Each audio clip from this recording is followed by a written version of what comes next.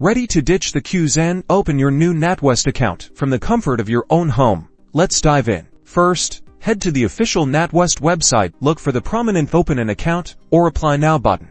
It's usually easy to spot right on the homepage. Click it to get started. Now, you'll be presented with various account options. Take a moment to read through them and choose the one that best suits your needs. For this tutorial, we'll assume you're opening a standard current account. Select your chosen account. The next step is to fill in your personal details. We'll need to provide your full name, date of birth, and other essential information. Make sure everything is accurate to avoid any delays. Next, you'll be asked for your contact details, including your current address and a valid phone number. Double-check these as they'll be used for important communications from NatWest.